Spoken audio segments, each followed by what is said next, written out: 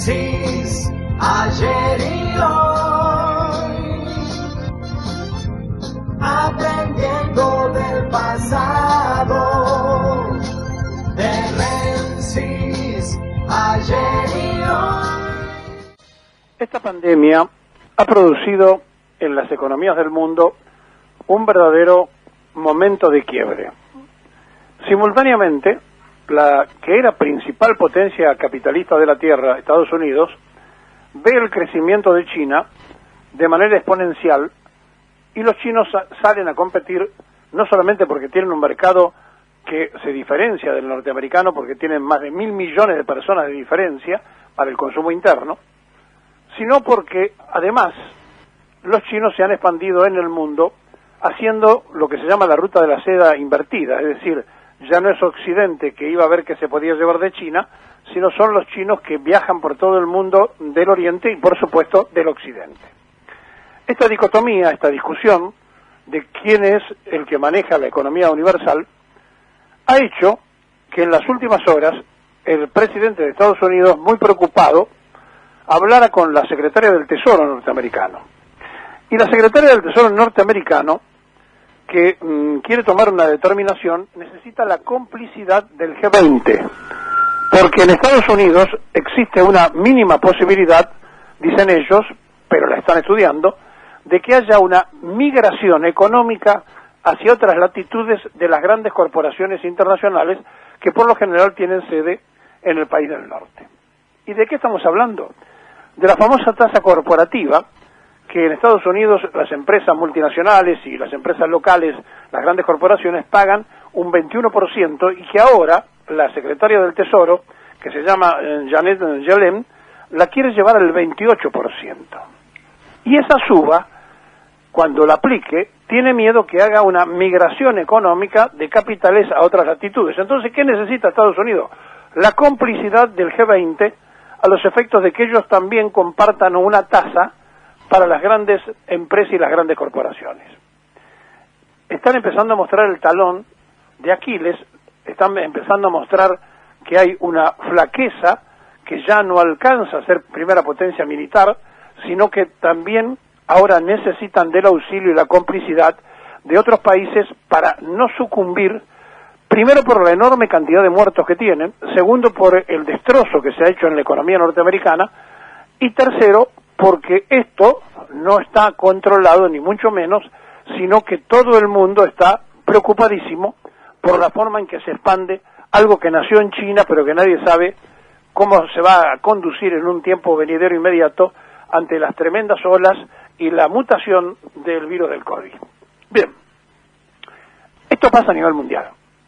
Simultáneamente, la situación local tiene una lectura no muy conocida, pero que se van a juntar a partir del día de mañana y durante 3 días 40 empresarios que son en lo general los deformadores de precio que padecemos todos los argentinos. Aunque usted no lo crea, los empresarios argentinos que tienen esa costumbre de aumentar constante y permanentemente, que por el otro lado también lo siguen los administradores del Estado, que la única cosa que se les ocurre a todos los ministros es aumentar costos, aumentar tarifas, aumentar precios, aumentar impuestos. Nunca a nadie se le ocurrió mermar.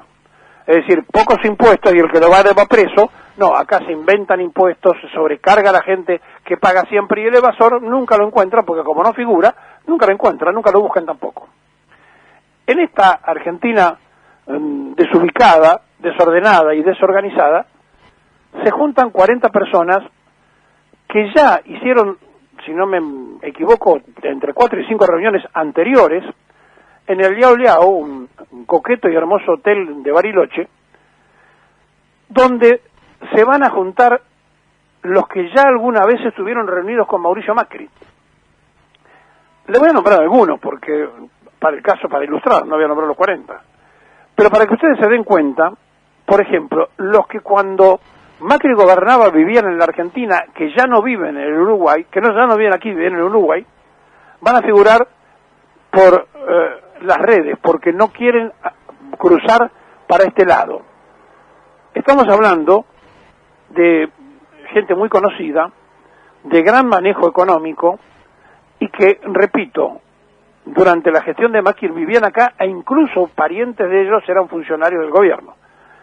Estoy hablando de Gropatel, que es, como ustedes saben, de una de las empresas que maneja más el tema de la siembra de soja. Estamos hablando de Marcos Galperín, el de Mercado Libre, que vive igual que el otro en Uruguay, o de Martín Migora, que es de Gropatel. Es decir, para nombrarle 3 empresarios que ahora viven en Uruguay. Pero los que sí van a ir, los que están acá, y se van a reunir en esa reunión, nos vamos a encontrar con la presencia de gente muy conocida que ha transformado la economía siempre haciendo negocios de la teta del Estado cuando pudieron y siempre perjudicando al conjunto de la gente que consume. Estamos hablando, por ejemplo, de Eduardo Einstein, de IRSA, o de Federico Braun Menéndez, el de la Anónima, que tenía a su pariente como jefe de gabinete de Macri, o, por ejemplo, a Sebastián Bagó, del Laboratorio Bagó, uno de los que más cambió los precios de los medicamentos en la Argentina, o Karina Román, de la organización Román, por nombrarles simplemente algunos, de los que se van a juntar estos 40 personajes en el Yao Liao, en un retiro espiritual, entre comillas, retiro espiritual, para estudiar qué quieren hacer o qué van a hacer frente al gobierno y frente a la crisis. Una crisis de la cual ellos son partícipes necesarios por la deformación de precios, y una crisis donde además ellos no tienen voluntad de solucionar, sino que tienen voluntad de preocupación por aquello mismo que le contaba al comienzo, donde el sistema capitalista universal está a los tumbos, incluso en la Meca, en Estados Unidos. Frente a esto que nos está ocurriendo, frente a estas cosas que pasan a diario, tenemos gente que descontroladamente no respeta nada, no le importa la vida de los demás, y no solamente como funcionarios, intendentes de Santa Elena de Entre Ríos o de Crespo en Entre Ríos, que pertenecieron al grupo macrista y que organizaron fiestas con 3.000 personas, sino que hasta Carlos Tevez se dio el lujo ahora de violar todas las leyes, hacer un cumpleaños para su familia sin ninguna clase de protocolo y sin que todavía Boca lo haya sancionado. Es decir, estamos frente a lo irracional y estamos frente a lo extremadamente agotado que es el mundo de la salud en la Argentina, donde ya se contagiaron, como decíamos ayer, más de 80.000 personas y tienen 500 fallecidos en la primera línea de combate. Y, por ejemplo, ya hay un primer síntoma de las camas saturadas en un municipio, el de Escobar, de la provincia de Buenos Aires, que su intendente ya en las redes colgó la información de que la parte municipal tiene saturación de camas. Sin embargo, todavía siguen discutiendo qué hacer frente a esto, si hay que guardarse, si hay que cortar la epidemia, si hay que quedarse en casa, si hay que seguir, porque simultáneamente preocupa la economía. Entonces salieron encuestadores a hacer encuestas y a preguntar a la sociedad argentina qué le preocupaba más, si la economía o la salud. Claro, y la gente dice, no, yo necesito resolver el tema económico. Ahora, si está muerto no va a resolver nada.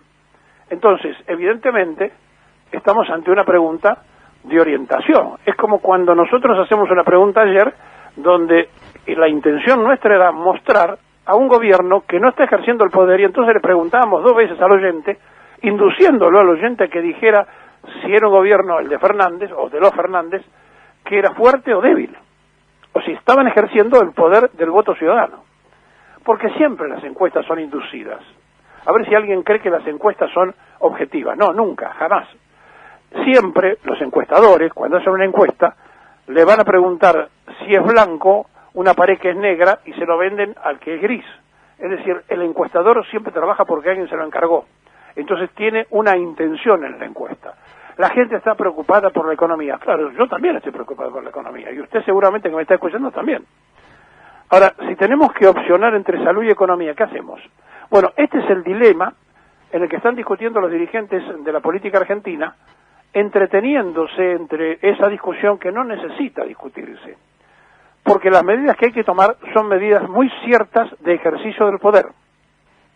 Y entonces, cuando tenemos una alta ola de contagios nuevamente y tenemos el peligro de llegar a la saturación de camas, cuando tenemos una complejidad de la pandemia a nivel mundial que hace tambalear a la economía norteamericana, que hace que Brasil tenga una enorme cantidad de muertos, que Chile haya tenido que cerrar las fronteras, que Paraguay no tiene vacunas, que Uruguay es el país que tiene mayor cantidad de contagios por millón de habitantes en los últimos días, que nos encontramos con todo lo que conocemos de los países fronterizos, el caso de Bolivia, que tampoco tiene las vacunas necesarias, y entonces estamos rodeados geográficamente, pero además de estar rodeados geográficamente, todavía tenemos gente que ha ido a pasear y trajo virus de Gran Bretaña, trajo el virus de Manao, y está ya instalado en la Argentina. Entonces, si no queremos entender qué nos está ocurriendo, si no queremos darnos cuenta de lo que nos está pasando, es porque cada cual puede tomar la parte que más le parezca. Seguramente, cuando uno ve que su situación económica no está resuelta, dice, entre morirme de hambre y morirme por enfermedad, yo salgo a trabajar, por lo menos puedo comer, y puede estar pasando esto también. Pero también puede estar pasando que el ministro de Transporte, por ejemplo, no tenga claro lo que está ocurriendo cuando se cancela un servicio de trenes y entonces, al juntarse los horarios de trenes, viaja en un tren mucha más gente, una encima de otra o más apretado en el vagón, o cuando las líneas de colectivo no funcionan como corresponde porque los empresarios están buscando más subsidios y entonces la gente se desespera por viajar y en las filas para esperar el colectivo están uno pegado con otro y no hay distancia, o cuando van a buscarse el hisopado y están uno atrás de otro sin guardar la distancia mínima. Todo esto que nos pasa tiene que ver con no querer aceptar las reglas y las normas. Tenemos un espíritu violador de reglas y normas. Y en la Argentina los abogados piensan primero la trampa y después hacen las leyes. Siempre graficamos con un cartelito que dice prohibido pisar el césped. Entonces vamos por la vereda porque está el cartelito, o sacamos el cartelito y pasamos por el césped. No, ponemos el cartel y cruzamos por el césped, porque así somos nosotros, porque nos gusta contravenir las propias leyes que nosotros creamos. La Argentina está en un debate abierto. Y si el gobierno no quiere ejercer el poder que le dio la ciudadanía, vamos a estar en un problema. Van a seguir discutiendo si hay que escuchar a cada uno de los gobernadores, si hay que escuchar al jefe de gobierno de la ciudad, si hay que escuchar a los intendentes o hay que tomar una decisión nacional cuando esta pandemia nos está complicando todos los días. Estamos en un tiempo de quiebre de la economía mundial y no somos una excepción. Lo que está diciendo Naciones Unidas, que al quiebre de esta economía los que sobrevivan a la pandemia van a tener una crisis de hambre, de hambruna. Y allí, cuando la gente pasa hambre, entre morirse de hambre o salir a matar para comer, salen a matar para comer, porque es la supervivencia humana.